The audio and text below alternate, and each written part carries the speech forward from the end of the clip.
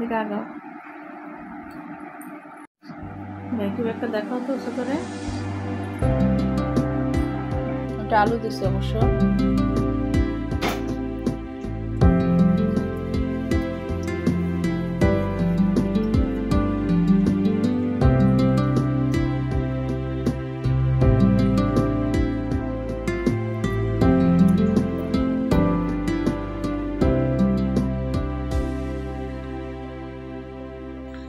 মজা হয়েছে?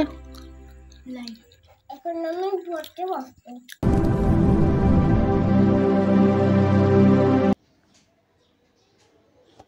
সব কিছু সবাইকে শেয়ার করতে হয় না।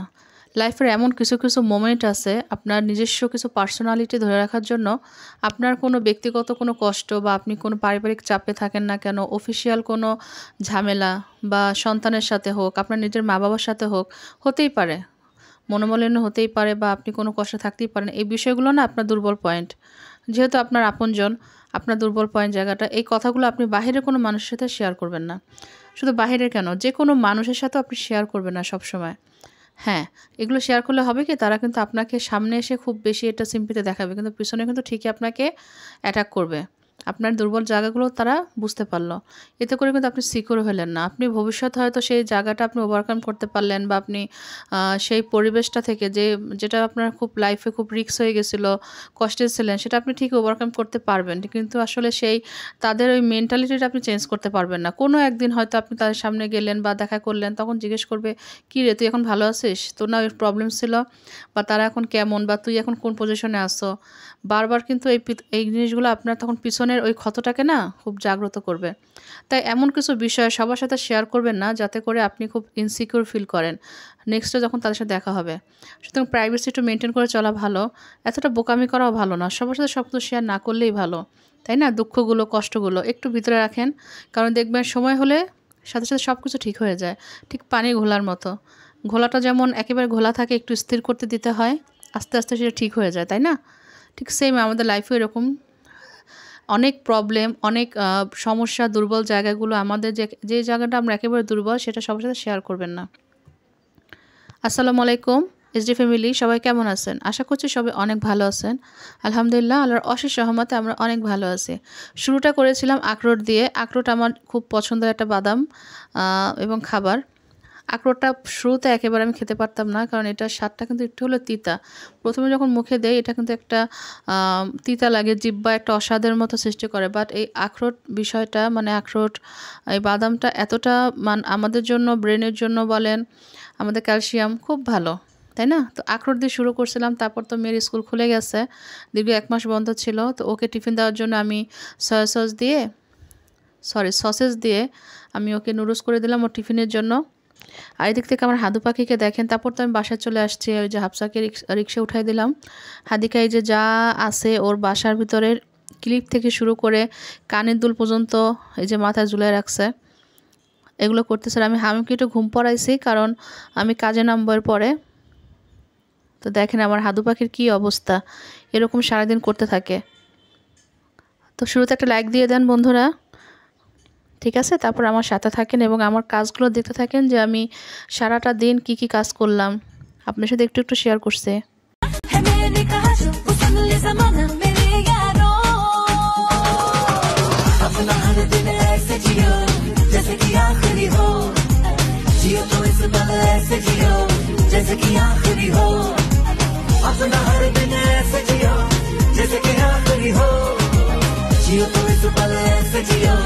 जैसे कि आखिरी हो ये जिंदगी है, मैंने कहा जो वो सुन ले ज़माना मेरे यारों,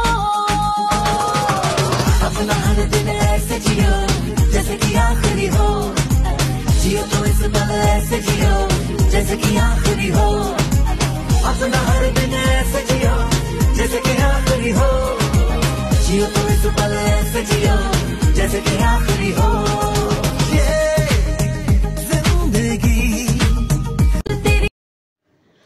যারা আমার রেগুলার ব্লগ দেখেন তারা তো নিশ্চয়ই জানেন যে আমি রান্না শুরু করার আগে কিন্তু আমি সমস্ত ঘরটা একটু হলেও ক্লিন করি।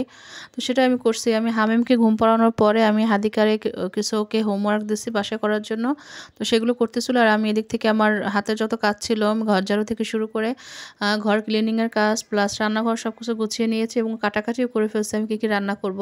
আজকে রান্না করব হচ্ছে সরিষা বাটা দিয়ে কাঁচা কলা আর হচ্ছে গজার মাছ আর শোল মাছ একসাথে ভুনা করছি। একসাথে ভুনা কারণ যে দুইটা একটু পাশাপাশি স্বাদ কিন্তু একই রকম মাছের, তো সেটা একসাথে ভুনা করছি আপনার সাথে একটু শেয়ার করব। আর আপনারা কে কে মানে শোল মাছ গজার মাছ খেতে ভালোবাসেন, সরিষা বাটা দিয়ে কাঁচা কলা খেতে ভালোবাসেন অবশ্যই আমাকে কমেন্টস করে জানাবেন। আর কে কী আজকে রান্না করছেন। আমার যখন এখন এটা আপলোড হয়ে গেছে আপনারা অবশ্যই দুপুরে রান্না শেষ হয়ে গেছে, আপনারা দুপুরে খাওয়া দাওয়া শেষ করে ফেলছেন, কেউ শুয়ে শুয়ে ভিডিও দেখতেছেন। তো অবশ্যই আমাকে জানাবেন আপুরা কে কে দিয়ে ভাত খেয়েছেন। আর আমি এদিক থেকে প্রথমে মাছটা বসায় দিচ্ছি। রসুন বাটা আমি খুব পরিমাণে একটু বেশিই খাই কারণ আমার রসুন অনেক বেশি লাগে আর মাছে যেহেতু রসুনটা বেশি দিতে হয় সুতরাং আমি আগে রসুন বাটাটা বেশি দিচ্ছি।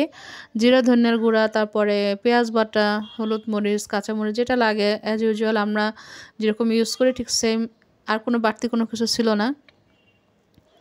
আর এই যে কিছুটা শোল মাছ ছিল এখানে আর গজার মাছের পরিমাণটা বেশিই ছিল। আর গজার মাছটা খেতে অনেক মজা কারণ এটা কোনো গন্ধ নেই, কাটা একটু কম আর ভালো লাগছে আলহামদুলিল্লাহ। দেন আমি এখানে কাঁচামরিচ দিয়ে দিচ্ছি। কাঁচামরিচটা তো আমার লাগেই, আমি সবসময় রান্নার শেষ হওয়ার আগেই কাঁচামরিচটা দেই কারণ যাতে ঝালটা বের হয়। অনেকে কিন্তু একেবারে উঠানোর ঠিক 1 মিনিট আগে 1 মিনিট আগে হ্যাঁ দেয়, কিন্তু ওতে কিন্তু ঝালটা বের হয় না। তো এদিক থেকে আমার এই যে মাছ ভুনাটা হয়ে গেছে আর এতটাই গরম ছিল আমি ধরতে পারতেছিলাম না। তারপর আমি নিচে একটা প্লেট দিয়ে তারপর আমি মানে বাটিটা টেবিলে নিয়ে আসছি। তো আমি এরপরে বসায় দেবো হচ্ছে কাঁচা কলা। আর সরিষা বাটা দিয়ে কাঁচা কলা খেতে অসম্ভব ভালো লাগে। ইলিশ মাছ দিয়ে কাঁচা কলাও ভালো লাগে, কিন্তু আজকে আমি ইলিশ মাছ দিব না কারণ যেহেতু তারা 2 পদের মাছ হয়ে যাবে। আর এই যে আমার মাছ ভুনাটা মাশাআল্লাহ অনেক সুন্দর হয়েছে, তাই না? খেতেও অনেক ভালো লাগছে যেহেতু ঝাল ঝাল করছে। আর এই যে আমার কাঁচা কলা এখন আমি বসাই দিব। আর আমি ওই যে কী কী ইনগ্রেডিয়েন্টস দিয়েছি সেটা আমার শ্যুট করতে আমি এডিটিং করার সময় কেটে ফেলছে। তো কিছু করার নেই, আমি তো বলেই দিলাম কারণ রসুন পেঁয়াজ লাগবে আর লাগবে হচ্ছে সরিষা বাটা, কাঁচামরিচ দিব, তারপর আমার এটা রান্না হয়ে যাবে ইনশাল্লাহ।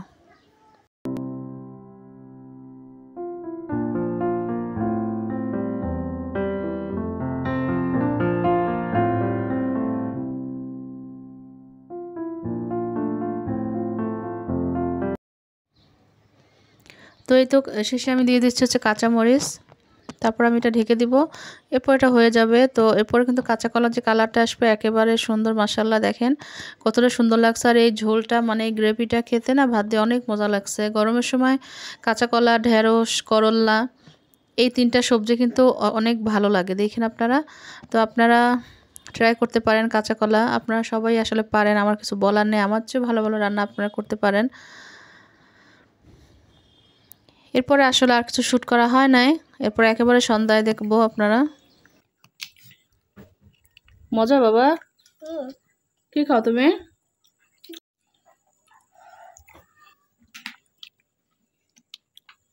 আমরা এখন সন্ধ্যার নাস্তা খাচ্ছি, চিকেন ফ্রাই খাও বাবা। মজা হয়েছে?